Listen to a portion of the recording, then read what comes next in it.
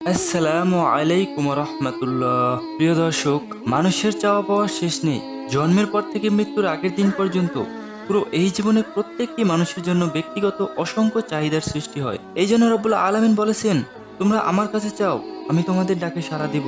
আবার আল্লাহ রব্বুল আলামিন অতি লোভীদের উদ্দেশ্যে নিজেই পবিত্র কোরআনে বলেছেন, আল্লাহ কুমুত্তাকাসুরু হাত্তা জুরতুমুল মাকাবির, অর্থাৎ বেশি বেশি চাওয়া তোমাদেরকে কবর পর্যন্ত নিয়ে যাচ্ছে। তো প্রিয় দর্শক, মানুষের এই আরোহের কিন্তু শেষ নেই। আল্লাহ পাক নিজেই মানব জাতির এই গুণের বর্ণনা করেন যে, মানব জাতির আরো বাঁচবো, আরো খাবো, আরো চাই। অর্থাৎ আপনার যদি একতলা বাড়ি থাকে, আপনি চিন্তা করবেন যে আমি দুইতলা বাড়ি কবে করব। আপনার যদি চারতলা বাড়ি থাকে, তাহলে আপনার মাথায় ঘুরবে আমি পাঁচতলাটা কবে কমপ্লিট করব। কিন্তু এই চাওয়া শেষ হবে না। এ বিষয়ে রাসূল সাল্লাল্লাহু আলাইহি সাল্লাম বলেছেন, আদম সন্তানের পেট হচ্ছে পৃথিবীর সবচেয়ে গভীর গর্ত। এই আদম সন্তানদেরকে এক পৃথিবী পরিমাণ স্বর্ণ মুদ্রা দেওয়ার পরেও যদি বলা হয় তুমি আরো কিছু চাও, তখন সে বলবে, হে রব, দেওয়ার মতো আর কিছু আছে কি? জেনে রেখো, আদম সন্তানদের পেট শুধু মাটি দ্বারাই পূর্ণ হবে। এটা সত্য। মানুষ কবরে যাওয়ার পরে তার চাহিদার শেষ হয়। দুনিয়াতে যতদিন বেঁচে থাকে চাহিদার কোনো শেষ নেই। এভাবে মানুষের চাহিদা আজীবন চলতে থাকে।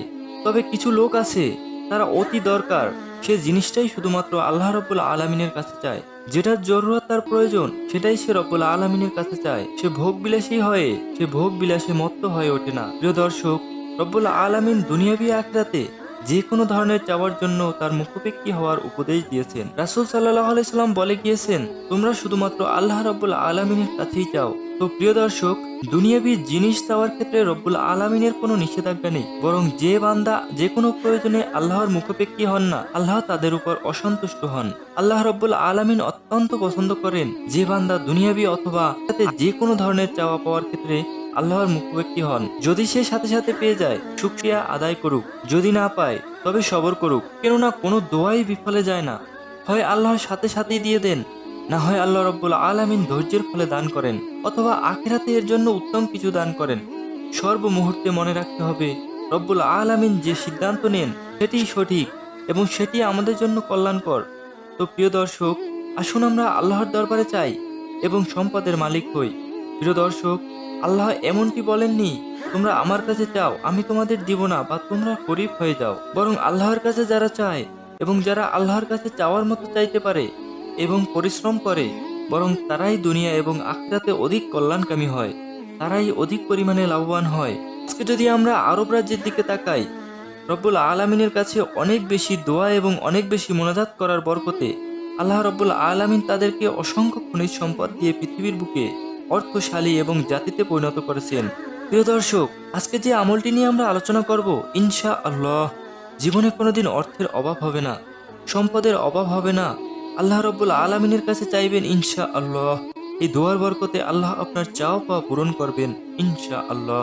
খালেস নিয়তে এই দোয়াটি পড়ার পূর্বে অবশ্যই দুরূদ শরীফ পড়বেন এবং দোয়াটি শেষ করার পরে পুনরায় 3 বার করে 4 বার দুরূদ শরীফ পড়ে নেবেন। প্রিয় দর্শক, দোয়াটি হচ্ছে, আল্লাহুম্মা ইন্নী আউযু বিকা মিনাল কুফরি ওয়াল ফাকরি ওয়া আউযু বিকা মিন আযাবিল কবরি লা ইলাহা ইল্লা আনতা। প্রিয় দর্শক, দোয়াটির অর্থ হচ্ছে, হে আল্লাহ, আমি আপনার কাছ থেকে কুফরের হাত থেকে আশ্রয় চাই। আপনার কাছে আমি অহংকারের হাত থেকে আশ্রয় চাই। ইয়া আল্লাহ, আমি কবরের আযাব থেকে আপনার কাছে আশ্রয় চাই। আপনি ব্যতীত আর কোনো ইলাহ নাই। প্রিয় দর্শক, এই ফজিলতপূর্ণ দোয়াটি আপনারা মুখস্থ করে নেবেন এবং আপনারা প্রতিদিন এই দোয়াটি ইবাদতের পর পবিত্র অবস্থায় 3 বার করে পড়বেন। নামাজের পর অথবা জিকিরের পর অথবা কোরআন তেলাওয়াতের পর পড়বেন। ইনশা আল্লাহ, দেখবেন কিছুদিনের মধ্যেই আপনার অভাব দূর হয়ে গিয়েছে। ইনশা আল্লাহ, আপনি অর্থের মালিক হয়ে গিয়েছেন, সম্পদের মালিক হয়ে গিয়েছেন। আপনার মনের যে নেক আশা ছিল তা আল্লাহ রব্বুল আলামিন পূরণ করে দিয়েছেন।